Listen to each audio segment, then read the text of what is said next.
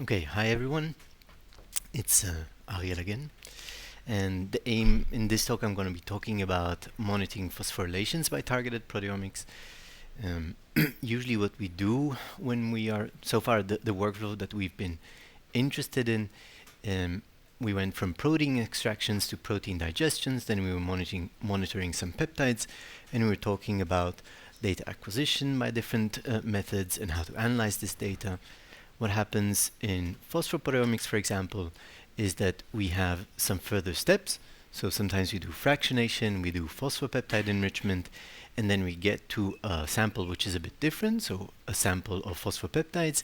And then basically our analysis continues the same way. So we submit these samples for data acquisition. In this case, we're talking about targeted data acquisition or data independent acquisition. But one of the challenges that we face newly with these modifieds is that so far we've been talking about peptides, peptide identification, peptide quantification, and when we move to modified peptides, of course, some of the workflows are the same. We still want to do identification and quantification, but a new challenge that we need to face is the site assignment. So to be sure, or how sure we are that we are not only modifying a certain peptide of interest or a phosphopeptide of interest, but also a certain site of interest. And the aims of this talk is a bit, I'll introduce a bit why we would like to monitor PTMs by targeted proteomics, what are the advantages of doing so, how do we set them in PTMs, this will be just a very quick reminder. Then we will talk about how to select transitions for site assignment, and then we'll talk about quantification. Of course, everything I'm talking here is going to be about phosphorylation. Many of these rules will equally apply to any type of other modifications. I will be presenting examples from SRM mostly, and certainly some of these things will apply to PRM and SWOT, and at the end I will discuss a little bit about some of the challenges that we have in data independent acquisition datasets in respect to these considerations. So in the last years we've had a lot of phosphoproteomic data that has been coming from shotgun or discovery proteomics, and it has been really a very impressive contribution in the amount of identifications of phosphopeptides in different on very large scale screens, different proteins, their modified peptides, different types of modifications, and this has been an enormous contribution to the field. But some of the challenges that we face with shotgun proteomics are related to the quantification. And first we need to identify, then we need to quantify, and if you've seen some sort of modified search, some sort of search for PTMs, you've probably bumped into one of these tables. How many people here have tried to do some sort of phosphoproteomic or any type of other search? Okay, at least half of you. So what we get is, and this is an old result, so today it would look maybe a bit differently, but we would get again some proteins and the peptide sequence, and then we will get different site localizations and a probability for the identification of this modified peptide. So here I just give two examples that will accompany us throughout this lecture. These are two yeast proteins, GPD2 and GPD1. And as you can see, there are various possible localizations that receive high probability. Sometimes there's combinations, so more than one phosphorylation on a certain peptide. And of course, the more phosphorable residues we have, more of these options exist. So here there are already 5 possible residues. At least 3 of them are here mentioned in different types of combinations. And this has been realized a while ago as a problem in the field, how to be sure that this is indeed the correct site localization, and therefore several tools have been developed over the years, such as A-score, Lucifer. There's a scoring function in Andromeda in MaxQuant, PhosphRS, and maybe there are others. I just named here a few. And the aim of this tools is to give some sort of probability not only on the identification, so this is the probability that this peptide has been identified correctly. These tools aim to say how confident am I that this localization is correct, and they do it by various approaches. Please remember that once we've done this type of analysis, this probability will not go into our library. What will go into our library is this probability. So if we now filter for a probability of 0.9, for example, all of these peptides will go into our library with all the different possible localizations and combinations of these. So only this probability is considered at the moment when we look at, unless of course we would filter first our spectra by this criterion, then use a smaller set of spectra in order to build the library, but otherwise only this probability is considered. So from an identification point of view, we already have a first challenge. We have a lot of possibilities and some probabilistic scoring to say which one is more likely. From a quantification point of view, if you've looked at a quantitative table that comes from shotgun experiments, we again have this phenomenon of unholiness, as was mentioned by Jake. So we have a lot of missing values. So here I depict a value by a colored square and a missing value by a white square. And now the challenge is to try and understand what's going on. Is it biology just deriving these different quantitative changes? Is this just a problem of identification followed by, for example, labeled free quantification, in which we try to match a certain identification to a peak?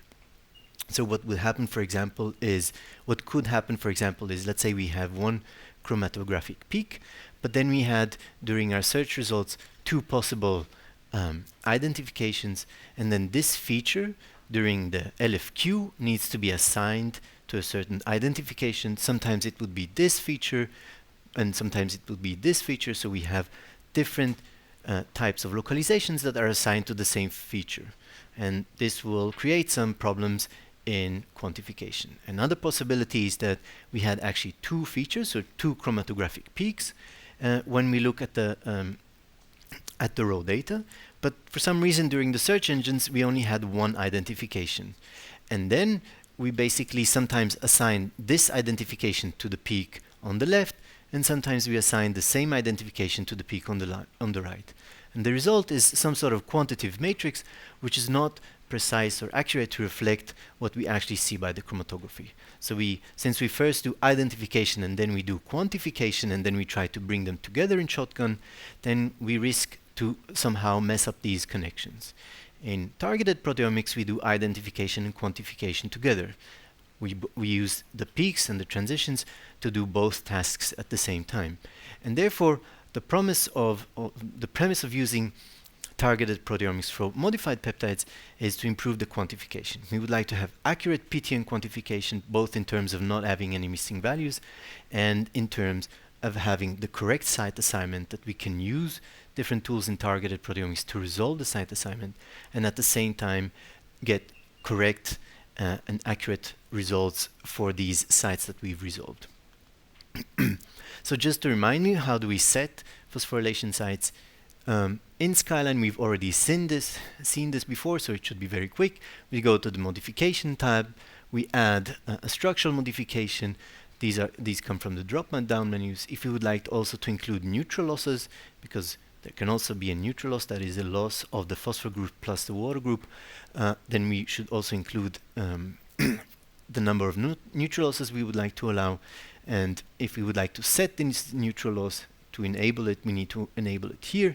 And then, of course, don't forget to enable that this is a variable modification, and basically our document is set. And then, as we've already seen, there are different ways of importing modified peptides. The simplest way is just to, in square brackets, do +80, but you can also do these three letters, type them. You can also put the Unimode code. There are different ways of importing modified peptides into Skyline. But note that already now we're making a statement about the localization of the site. So we are not just saying this is a singly phosphorylated peptide, but it is singly phosphorylated on this residue. And this is, of course, how we will see it in Skyline.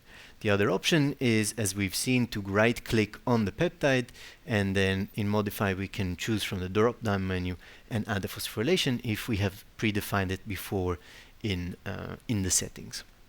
So the first task that we need to think about is how do we select the transitions for modified peptides. And selecting transitions means, first of all, selecting peptides.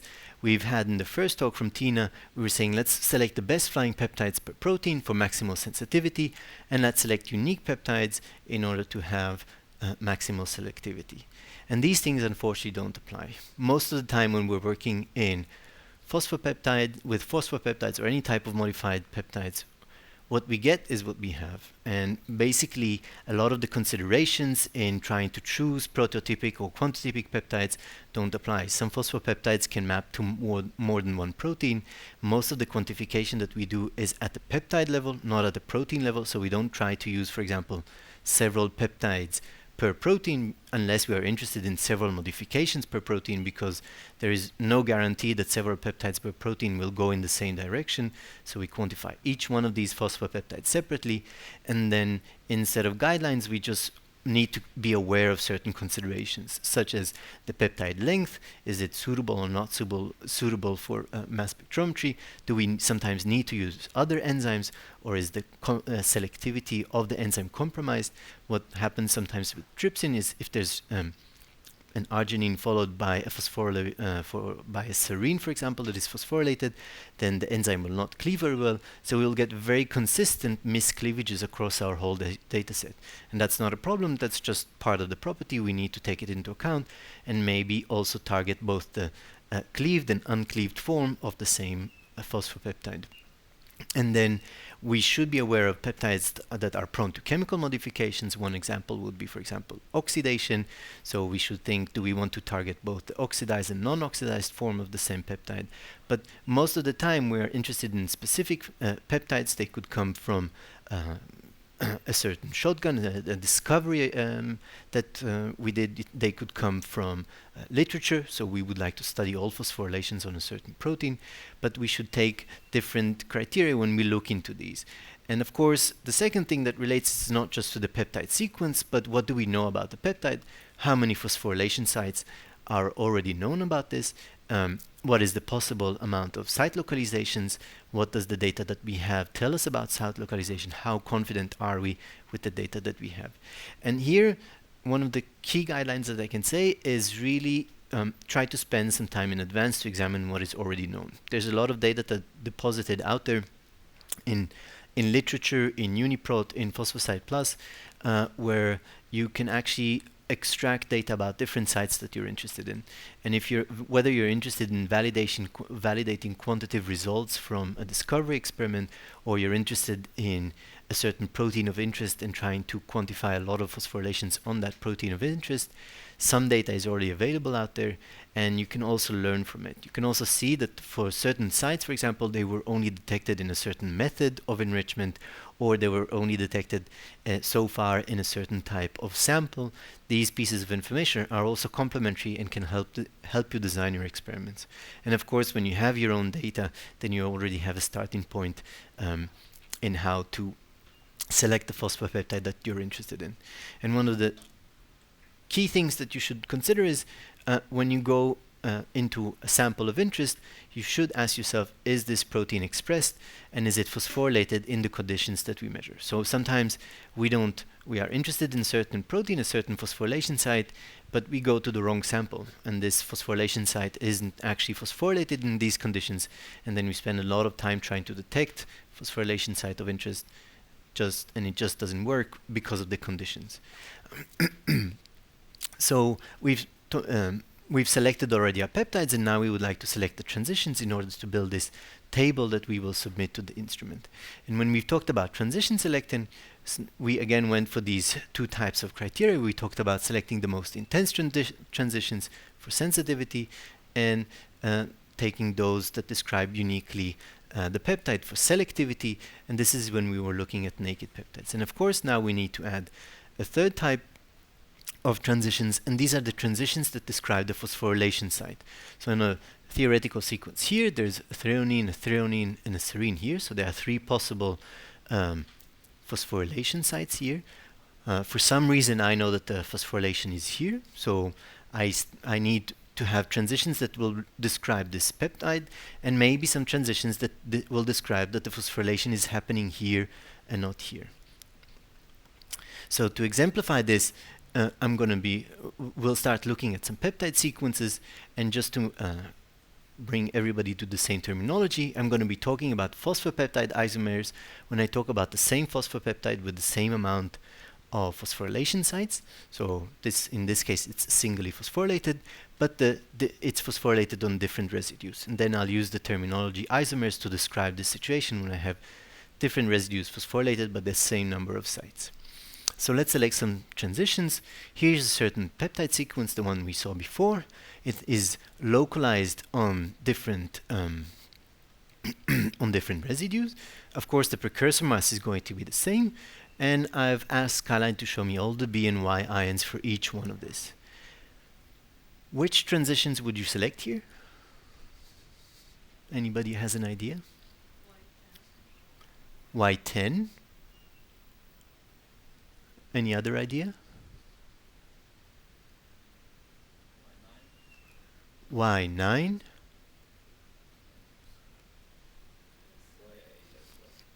Y8. So the first thing that you've noticed is that some transitions are unique, right? So Y10 and Y9, for example, only appear in this localization and not in this localization. So if I would choose Y10 and Y9, which are not necessarily the most intense ions, but they are very informative in this case, not for the selectivity of the peptide, but for the selectivity of the site. So I can use this information by detecting the pair of 618 and these masses. I can say something also about the localization site. So which unique ions would I have for this localization, for example? The one on the right.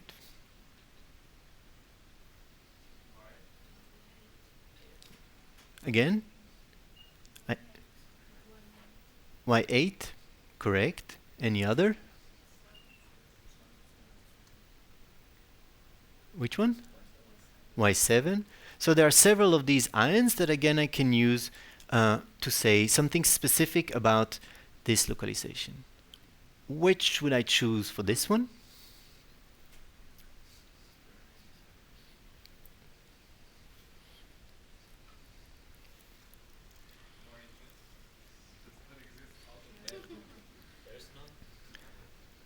There is none, but nobody said that you have to choose one. You can choose combinations.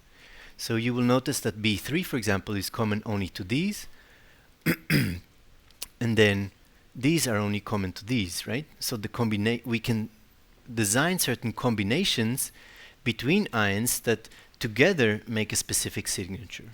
So when we have one ion, we can use a site-determining ion that is a unique ion that enables us the correct phosphosite assignment.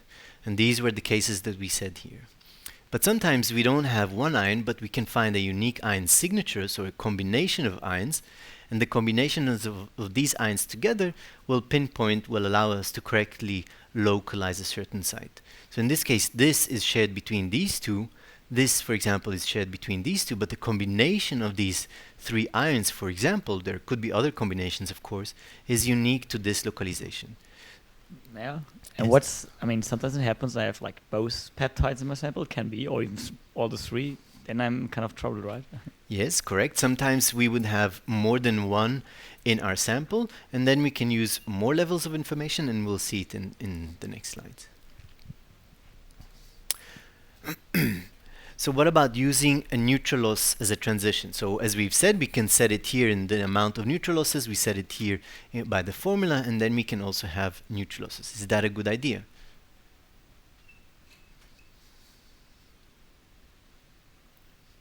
So you don't seem convinced or not convinced. One thing that we see, for example, if you've looked at spectra of phosphopeptides, sometimes neutral losses are very abundant ions. I just picked up some spectra here. I'm not sure it's a very good one, but I can already see that there are several masses here, let's say 3, 4, and 5, 3 ions here, so some of the top ions can be neutral losses. So if I would just select the most intense peaks here in order to make a transition list, I would select neutral losses, and there's a conflict here between sensitivity and selectivity. I would like to claim that these can be very good for sensitivity, so for quantification, but for selectivity, for pinpointing localization, they are a problem. And the reason is the following. When we do CID on phosphopeptides, there can be this neutral loss, this minus 98, but what can also happen is that the serine will lose a water molecule, and the result is the same. So in case if we take, for example, a phosphospeptide sequence, we think that the phosphorylation is over here, and then we take the neutral loss, so the neutral loss of a phosphor group, what we get is this pair of masses as a transition. But what can also happen is that the localization of the phosphorylation is somewhere else, let's say here. This fragment has lost just an OH, so it just lost the water molecule, and we would get to the same set of masses with a different localization. So it's very important that you use neutral losses only for the quantitative aspect of it, but when you want to make a statement about the site itself, there's a very big risk in using neutral losses because we're not sure that we are losing here a phospho plus water or just water. Yes? Would it help if we have in our spectral library the spectra of the modified and the unmodified? We are sure about both, and then we will be looking at the dot product because the loss of what the loss of the phosphoric acid would be more abundant than the loss of water, and thus the dot product should be different. Do you understand? So what you would like to say is maybe if this water loss occurs also in the unmodified peptide, the result would be that I can look at the relative intensity between these two, correct? Between modified and unmodified? Yes, or to pinpoint the site, because the loss of water should be less abundant than the loss of the phosphoric acid, and then we'll be looking at the dot product in the library. So actually the library would guide us and not the fact that there can be a loss of water. So in theory, yes, but in practice, how can you guarantee that this happens in equal proportion? You need to have both spectra in the library. Yes, but if I understand you correctly, you would like to say that while you can have them both, what happens if you have it in only one of them? So how can you guarantee that this? So is there? I'm not aware of the reassurance that this will always happen at the same level between modified and unmodified, so that I can actually make a statement by comparing the two. So I guess it's not the modified versus modified, but one isomer versus the other, because this is where we. So certainly, what can happen is that the relative intensities will change. Yes, between the isomers. Yes. So we can use this information to... Yes, you'll see it, actually you'll see some example in a moment.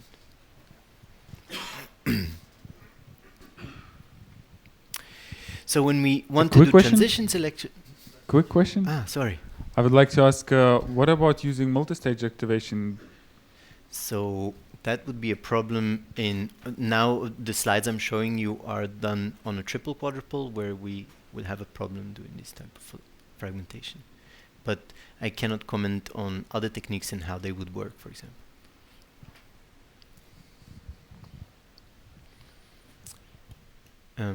Okay.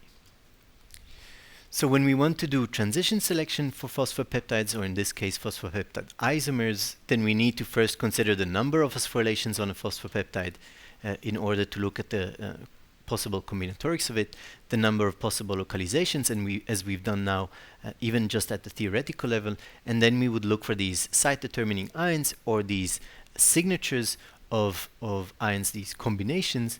But of course, the other thing that I mentioned is, as we go on with selecting these, we might be tempted to also select neutral loss ions, and these are not very good for the identification purpose. They might be good for quantification. And therefore, when you are doing transition selection with modified peptides, please be aware of using libraries or rules such as the top n, so just selecting the 5 most abundant ions, or sometimes the libraries that we build are built in this way in order to make them smaller and so on. So you should manually curate your transitions and take the localization into consideration, because you would like to do probably identification and quantification at the same time. And sometimes it's even worthwhile to really go back to the MSMS spectrum and examine it carefully. The last part of this talk is going to be about accurate quantification of modified peptide, and here we are now looking at a chromatogram. So there are 2 possible workflows. At the first part, I will talk about a workflow where we have synthetic reference peptides. So we've ordered the modified peptide that we know where it is phosphorylated, and this tells us something about, we can use this information for identification and quantification, and then I'll make some comments when we work in a label-free setup.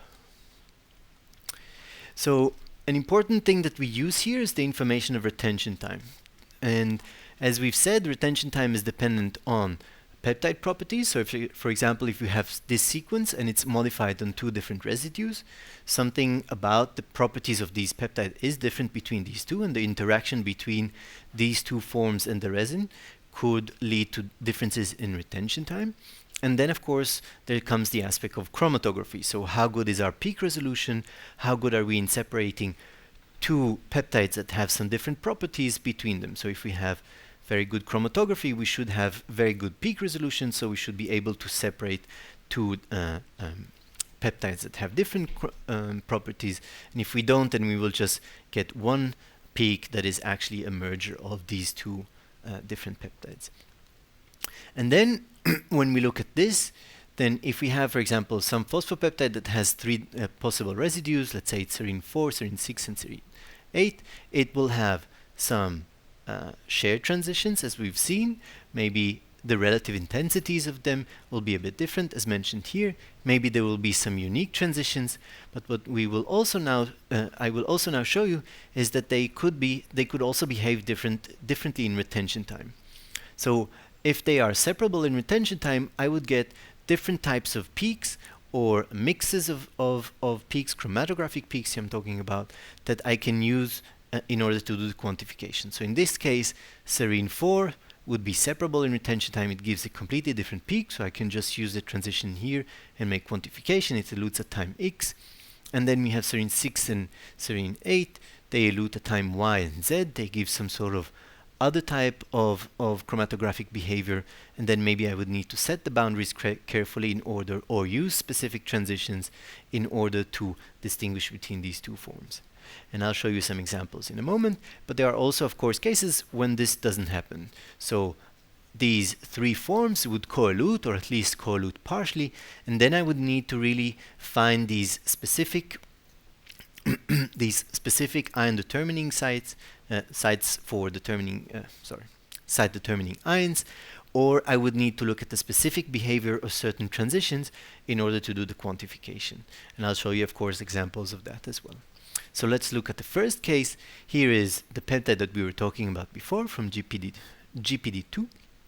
Has these 3 different sites, and in this case, Tina has ordered 3 different synthetic peptides for the different localizations and injected all of them separately into the mass spec. This is SRM data, and I hope that you can already observe that there are small changes in retention time. And when we were doing the tutorials, we were talking about these different shifts in retention time can also be just a result of the LC.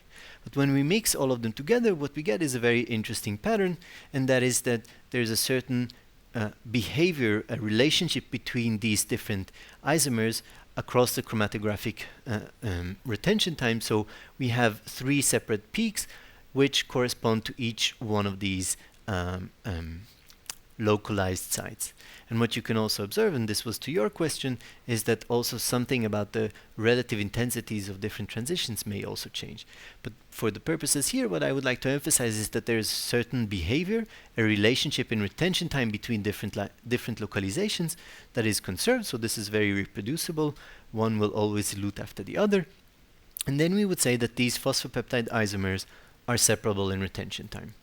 And then we can use this information. So we can then, in this case, injected this sample, these synthetic peptides, the heavy ones, in with a certain yeast sample, and then what we can do is actually confirm a certain localization. So by having the coelution between the light and the heavy of this localized site and coelution of the light and the heavy of this localized site, we can say that in this certain yeast sample, only these 2 localizations actually occur. And this one that was provided by the search engine is actually wrong. There is not, or at least in the sense that in this sample, maybe it is not wrong, maybe it is right in other conditions, but in this sample, there is nothing to be detectable here, or it's below the limit of detection for this localization. So we, at this case, do both identification and quantification by using the reference, which is well localized, and then calculating ratios. And of course here we need to be very careful in how we set the peak boundaries and make it in a very reproducible way across the different samples. And these findings, these two different localizations, I can already tell you afterwards they were validated by mutations as well. So it's really only these two that are phosphorylated in yeast, and this one is really a result of the search engine scoring.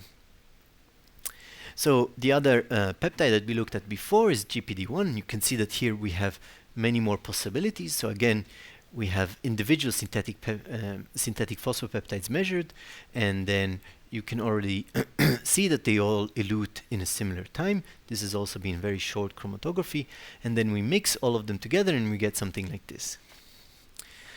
So when we look at this type of behavior, we need to kind of reconsider a bit what things that we've said before. So now some of them at least are not really separable in retention time. So we get individually nice peaks, but when we mix all of them together, it's very hard, for example, to separate serine 24 and serine 25. They seem to be co-eluting. So now at least some of these are not very well separable, and even those that maybe are separable, to make some quantitative statement out of this behavior might be very, very difficult. So, and the other thing that we see here is that what we thought before of as an interference is actually the result of another peptide with a different localization. So these phosphopeptide isomers may elute at different retention times. These may be very small shifts, and then we get something that looks like an interference but actually is a modification in a different site.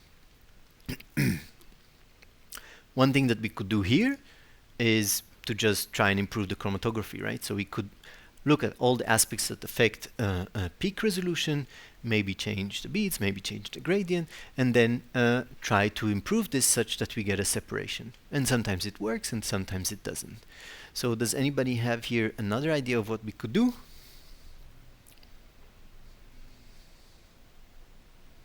Yes? Use specific transitions, correct. So when we look at 24 and 25, which are very hard to separate in chromatography, maybe for the others we could set the boundaries very carefully. Maybe if we're lucky, some of them are actually not real, are actually not detected in a certain sample. But for serine 24 and 25, we have this Y5 that has a different mass between these two, right? There's one site that it moved. So we can look at this Y5 and then try to use this information. And when we look at the mass of 541, and we just look again at each one of these single peptides and at the mix, we get this certain behavior. So we can say this mass is unique to serine 24, and maybe we can set the peak boundary here, and then we will do quantification with only one transition. The rest of them would be shared and we cannot maybe use them, but at least with one transition we can make some sort of statement. And again, when we look at 621, we only see this in serine 25 and 27, and these are, at least for this transition, separable by retention time, which means that for this mass we can also set a certain peak boundary and use the area under this curve as a certain quantitative information. Of course, we're doing here quantification with only one transition. This is one transition. This is not ideal, but at least it gives us some sort of handle if we really wanted to distinguish between these two sites. So sometimes we're using the separation in retention time of the peaks. Sometimes we'll be looking at the separation in retention time or of certain transitions, or try to do the combination of the both in order to get some sort of quantitative information when we look at different phosphopeptide isomers. Now let's look at another example. Here is a reference peptide. This is from a protein called MCM2. When I looked up this protein online, if you look, for example, for antibodies, it says serine 40 or serine 41. So I'm not really sure which one is one, but we ordered this one. And these are the transitions that I measured. And this is the result that I got. So this is just split graph. It's exactly the same measurement. And what do you think happened here?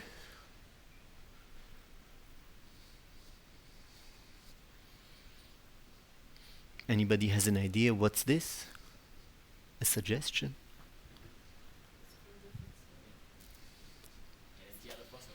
The other phosphorvariant. So now we're speculating this could be just the wrong peptide. So I ordered here the reference peptide, but the cells don't agree with me. In reality, there's another phosphorylation site. So which transitions should I look at? At least one suggestion.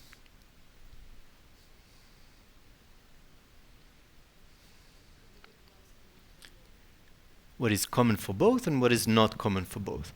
So for example, if we look at Y4 and Y5, this, for example, will allow us to distinguish between this localization and this localization, correct? So let's just look at Y4 and Y5. Y5 is here, so it includes both possibilities, here and here, and Y4 would only include these four. And what you can see is that Y5 can be extracted in both heavy and light, but in Y4 I get this flat line. I don't get any information. So I could speculate. There could be, of course, other sites here. But the first place I would look at is what happens at this serine.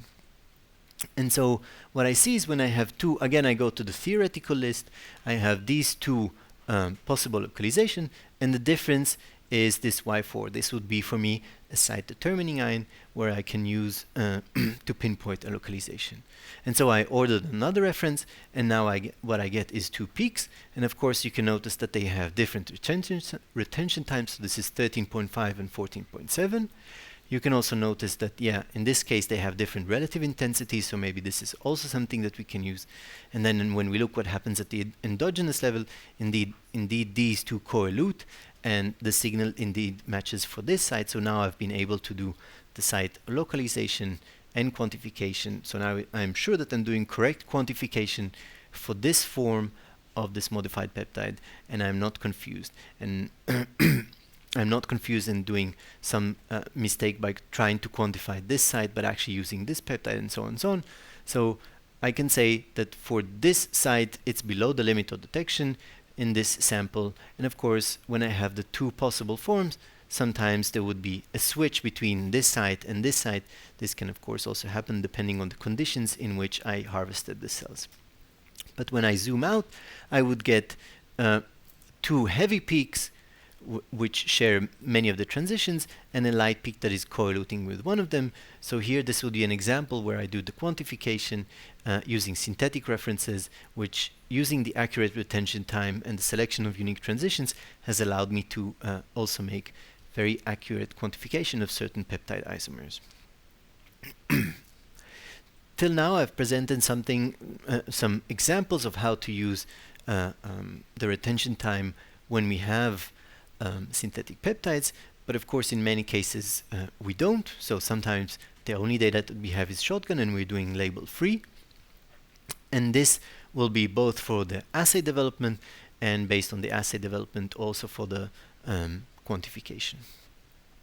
And then, as we've said before, all of these forms will be in our library, and we will make assays from each one of them with or without retention time information and try to extract them. And the thing about yes? Just a quick question, if you can show the table which was just on before. So I think you showed the retention of these three peptides as well information earlier. Mm-hmm. And you said that one mutation analysis shows that one of the forms does not exist in yeast cells. Mm-hmm. And the other one is just scoring problem. Maybe you can comment on what could be the scoring problem. So since these are older results, the only probability that we use, and also when we build libraries in Skyline, for example, the only probability that we use is the probability of identification, not the probability of localization. And in this case, according to a certain cutoff, 3 possible sites pass this probability of identification. So we say we have identified a monophosphorylated peptide, and we speculate that the site is here. And this is why we got 3. And then when we did all the work that we did, in this case actually Tina did all the work that I've showed, we get to demonstrate that 2 of them exist in certain conditions and 1 of them does not. Does this answer the question, or do you want to know why was it wrongly scored? Yes, so because they were separated by retention time quite well, and I assume if they were separated, they potentially all were sequenced, so you should be able to get a decent quality MS2 spectra for each of them, and then I guess judge So I just don't understand how the peptide would be not present in yeast, but there is a peak in chromatogram. So it's not that peptide, that means. Yes, but that depends on the quality of the spectra that was used for the identification. So if, for example, we would have, let's say that in this case these are two residues apart, we need a certain amount of ions to score in order to identify a peptide, but we might miss a certain ion in the specific MS spectrum. What can also happen is that we have some sort of definition of the exclusion conditions, and we basically skipped that peak, or it was included and we skipped the other one, and so on and so on. So there can either be there was a spectra there, but it wasn't correctly mapped to the site. It can also be that the spectra was of lower quality, was enough to identify, but not enough to pinpoint the site correctly. Okay. And the thing is that we don't always have a handle on these things. So we are not always sure what is the reason, but what we do get is an assay library that includes a lot of localizations.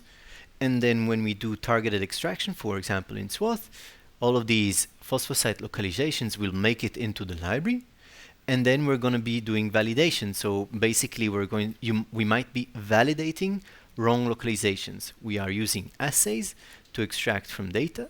The assay itself represents a wrong localization, but if we don't have a handle on this, we are also trying to extract a wrong localization from the data, and we will get some sort of peak chromatogram that might or might not match. And of course we can say something about the score of the match, but we might be trying to extract wrong sites. And then the problem is that we get a lot of false site assignments that are actually validated, so to speak, in this workflow, or let's say confirmed, when we're not really sure, because we don't have here a ground truth, we don't have here synthetic peptides where we're sure at.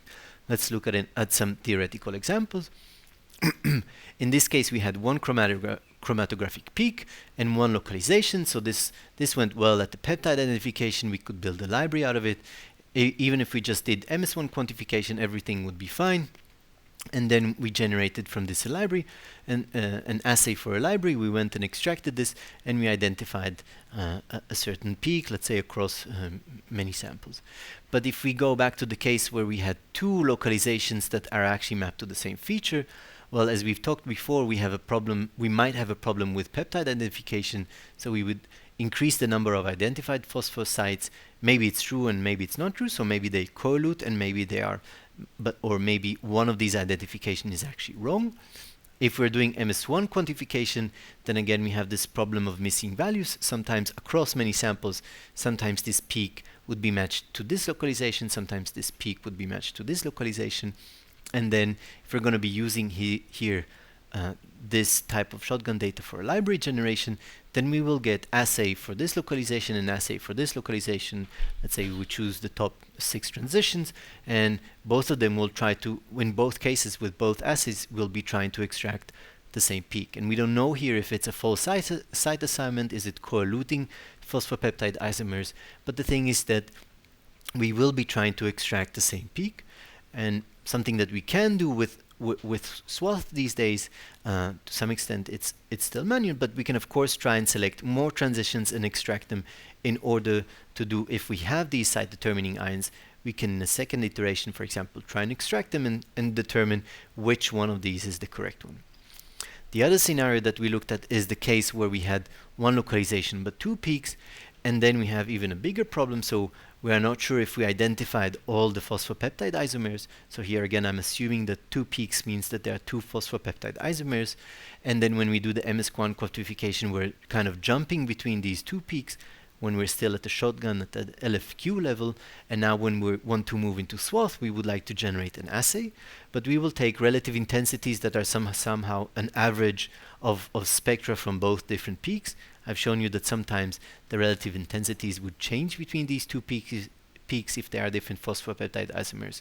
So we will have wrong relative intensities, wrong retention time, because we will get something average in between. And then when we try to go into swath, we will have some problems in trying to extract these peaks.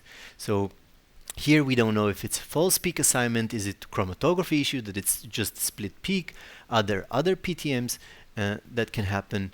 But what can happen in this case is that we are trying, we yield one assay, it's a mix of two, and then we go back to the data. What can also happen is that we are, if we are not careful with the selection of transitions, since we're doing here swath, we have wider windows, we could actually try and extract two different modifications, or a peptide that has more than one modification with the same assay. So you could imagine a scenario where I have a phosphorylated peptide and a peptide that is phosphorylated and oxidized, so that's plus 16. These might fall into the same window, and if I'm not careful with how I selected my transitions, I might be extracting here two peaks. I had one phospho assay, but I extracted two peaks, one of the phospho, only phosphorylated, one of phosphorylated and oxidized, if they share certain transitions. So there could be a reason for these two peaks, and it could also be a mistake from the library, and then I need to kind of untangle the reasons for this. Are there any questions about this part? Nope.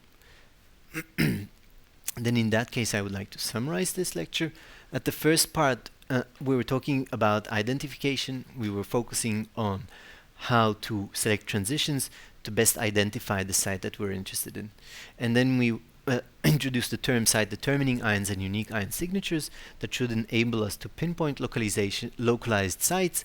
And then we also introduced the possibility of using accurate retention time informations. If we have a separation in retention time between phosphopeptide isomers, we can also use the retention time information to pinpoint different phosphosites. And then we also, with respect to swath, mentioned that any type of error that we will have in shotgun data will be carried over into our library, and then we will might be extracting the wrong peaks. And we also mentioned that we shouldn't be using neutral loss fragment ions for identification, but they are very good for quantification. And in the second part, we were looking at quantification of different phosphopeptide isomers. I gave you examples where they separate in retention time, and we can try and use each one of these peak groups. And I gave you an example where they don't. And then we should very carefully refine our peak boundaries. We should consider if we want to make changes to our chromatography. This is a specific project where there was interest in very specific phosphopeptides, so maybe it was worthwhile to change the chromatography and try and get them separated. And then when we select which transitions we want to remove, some of them might look interfered, but they're very informative. Some of them might be neutral losses, which are informative for the quantification part, so we might want to keep them, even though we discarded them for identification. And then, even if these are not these site-determining ions, even if these are not the highest fragment ions, they are important for the identification. We can also keep them for the quantification, or discard them and then do quantification only with the abundant ions. This works very nicely when we have synthetic peptides, so we discussed about different workflows, because there we have a good ground truth of what we're trying to quantify.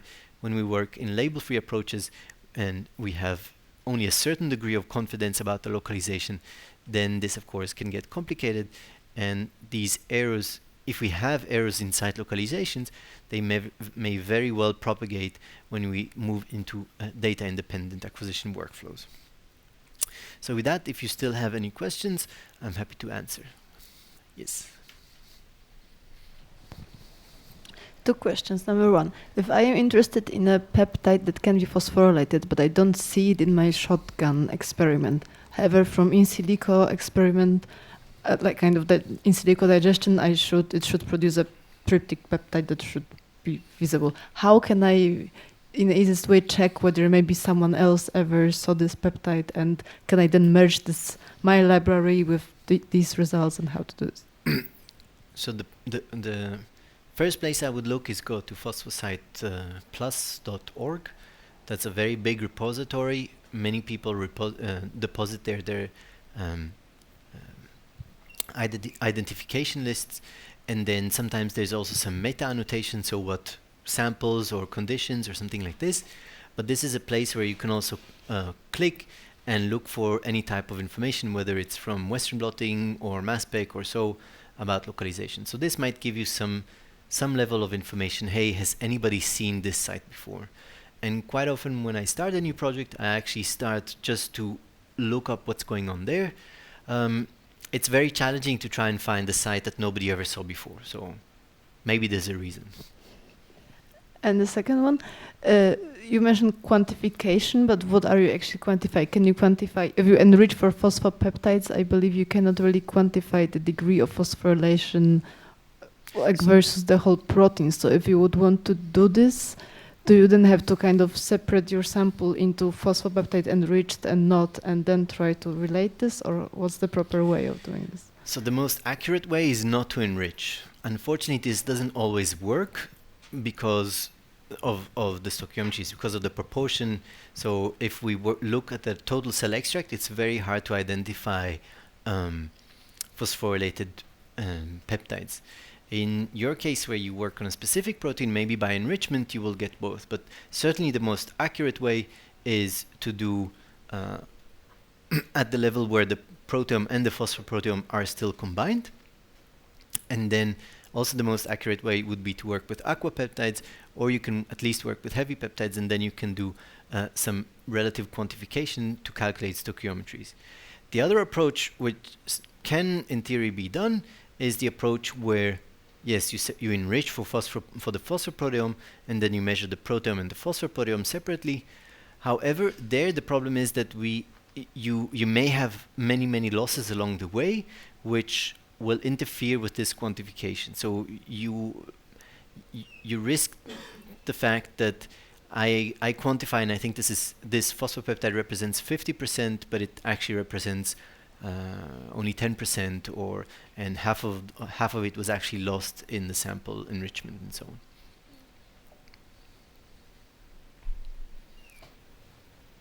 Any more questions? Yes? Is there a good automatic way to get suggestions for transitions, like isomer-specific transitions? Oh, isoform, sorry. Not that I'm aware of. So the way that I do it is manually in Skyline, and at the moment I'm not aware of an automatic tool that generates these lists. Is there anything what is specific to PRM analysis for PTMs? Again, not that I'm aware of.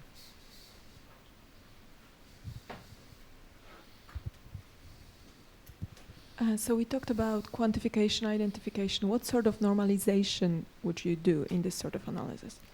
So now you're talking about normalization between samples, right?